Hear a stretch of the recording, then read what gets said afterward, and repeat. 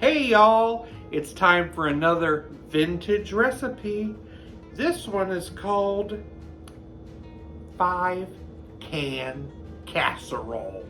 It involves opening 5 cans. Yes, a can. Let's do it. Get that casserole dish ready. We're gonna put some cans in here. 1 can of chunky chicken breasts. Smells like cat food.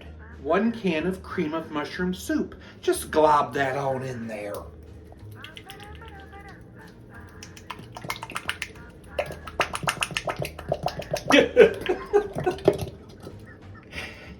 A can of chicken and rice soup comes next.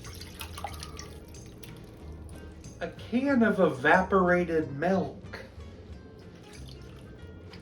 And a can of chow mein Chinese noodles. Now they used to be in a can. I could only find them in a bag. I'm cheating. Let's pour that in that casserole dish.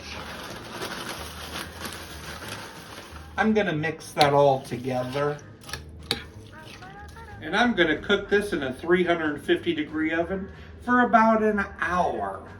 And we have ourselves a 5-can casserole. Was it worth the wait? And will it be good?